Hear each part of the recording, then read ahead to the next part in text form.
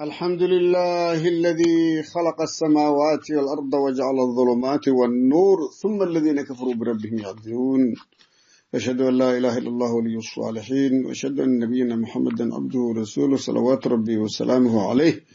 وعلى آله وأصحابه من تبعهم بإحسان إلى يوم الدين. السلام عليكم ورحمة الله وبركاته أيها الأحباب.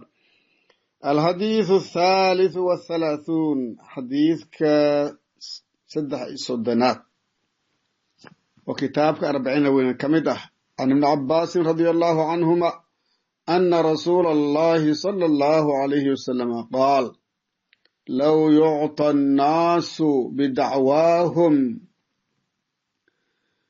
لادعى رجال أموال قوم ودماءهم، ولكن البينة على المدعي واليمين على من أنكر.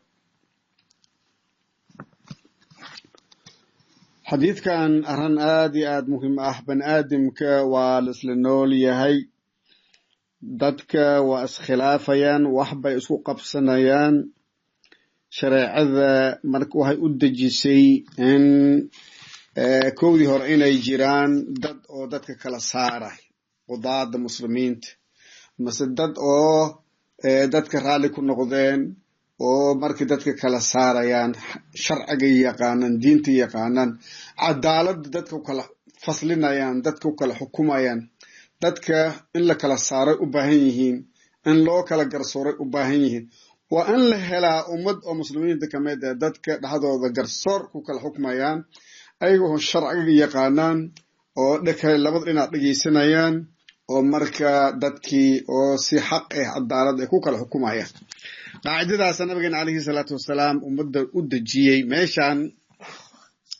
wuxuu yidhi nabigeena calayhi salaatu wasalaam: low yucta annaasu dadka haddii la siin lahaa bidacwaahum way ay sheegtaan, liska siin lahaa,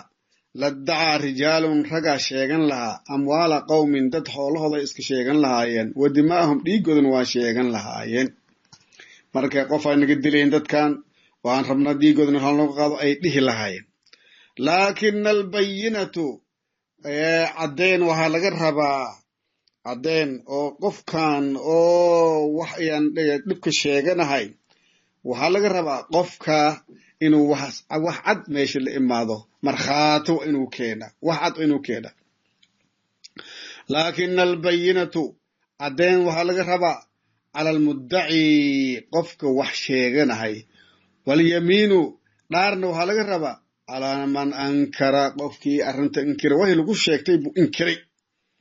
marka koodii hore arrinta waxaa laga rabaa, waxaa la samaynayaa haddii qofba wax soo sheegtay, dhib buu soo sheegtay, ninkii kale waa loo yeeray. waa marka ninkan kii wax sheeganahay wixii asagii sheeganaya waa sheegtay,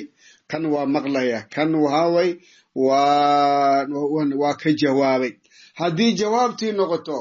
oo hadduu qirto, warka waa dhammaaday, xukunka waa dhacay, saasuu qiraal ayuu ku dhammaaday. haddii oo qiraal noqonin, ninka marka waxaa laga rabaa ninkii oo dacwada keensaday ayaa la rabaa inuu markhaato cad inuu meesha keena, wax cad oo arrintan tusaay waxay asagii sheegtay. waa kan dharkii yaab lahaayaaba, dharkii naftiisa buu ahaa, dharkii calaamadiisa waata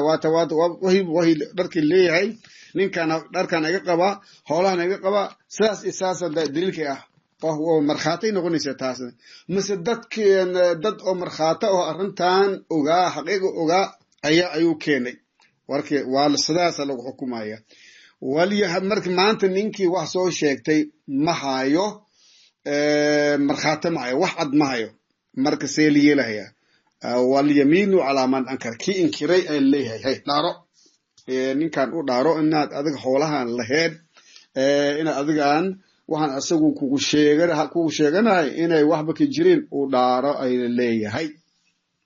hadduu dhaarto khalaas, warka iidana saasa lagu xukumaya. diinta cayaar ma aha. ilaaha subxaanahu watacaala qofkii ku dhaarto khalaas waa loo rumaynaya khalaas. hadda ka hor waxaa dhacday, nabigeena calayhi salaatu wasalaam ayaa nin oo soo dacwooday oo muslimiinta ka mid ah, nin dad yahuud ah ayuu kasoo dacwooday. marka markhaata la weydiiyey maxaayo, marka dadkaas waa ku dhaaranayaan nimankaas yahuudda ayaa ku dhaaranaya rasuulka alla nimankan iska dhaaranayaan ilaahay ma garanayaan oo marka iska dhaaran been bay ku dhaaran karaan markaas nabigeena wuxuu yiri alayhi salaatu wasalaam intaas baad leedahay khalaas ninkii asagay u daran tahay ninkii howlo islaameed ku dhaarto oo gardaro ku qaato oo u dhaarto kaas waxa way musiibo ayaa ku dhacday markaas asagay u daran tahay laakiin sharci jidkaas baa la maraya nacam law yu'tan naasu dadka hadii la siin lahaa bidacwaahum waxay sheegtaan la daca rijaalun rag baa sheegan lahaa amwaala qowmin dad xoolahooday sheegan lahaayeen wa dimaahum dhiigooduna waa sheegan lahaayeen laakin albayinatu caddeynta cala almuddaci kan wax soo sheegtay ayaa korkiisa tahay walyamiinu dhaartana calaa man ankara qofkii wixii lagu soo sheegtay inkiray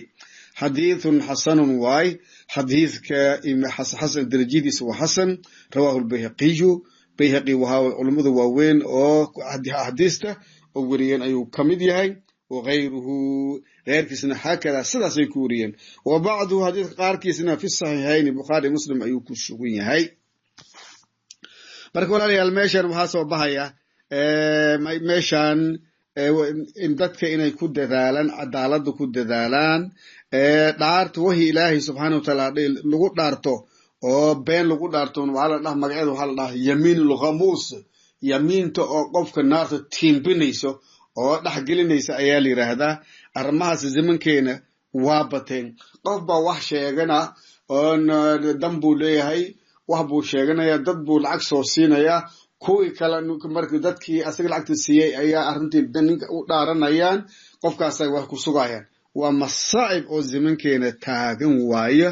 oo in aad iyo aad loogu buraarugo aad iyo aad looga cararo dadka muslimiinta ay isku buraarujiyaan waxyaalahan lagu naar taga ayay ka mid tahay marka waxyaalaha dhaarta meeshana sida oo kale dhaarta ilaahay magaciisa unba lagu dhaaran karaa wax kale laguma dhaaran karo awowgaadna kuma dhaaran kartid sheekhiblowna kuma dhaaran kartidna waayaan wax kale laguma dhaaran karo ilaa ilaahay magaciisa iyo masasifadiisa unba lagu dhaaran karaa keli marka qofkii ilaahay keyrkiis ku dhaarto jidka saxda waa ilaahay keyrkiis ku dhaarto jidka saxda waa ka leexday dembi weynu galay marka ilaahay subxaanahu watacaala looga cabsado dhaarta iyo wax sheegashada ilaahay subxaanahu watacaala kitaabkiisa diintiisa laisku xukumo dadka odayaashan oo dadka kala saarayna leh oo marka dhibaato fara badan ummadda dhexdeeda ku wadaan meel kastana joogaan geeda hoosood fadhiisanayaan oo marka wixii loo keeno qofkii xaaladaas wax fiican u keeno oo u janjeerayaan u xukumayaan madaxooda iyo hawdooda kushiyaan mahadooda wax ku xukumayaan dadkaas dhibaato weynaa sugaysaa ilaahay subxaanahu watacaala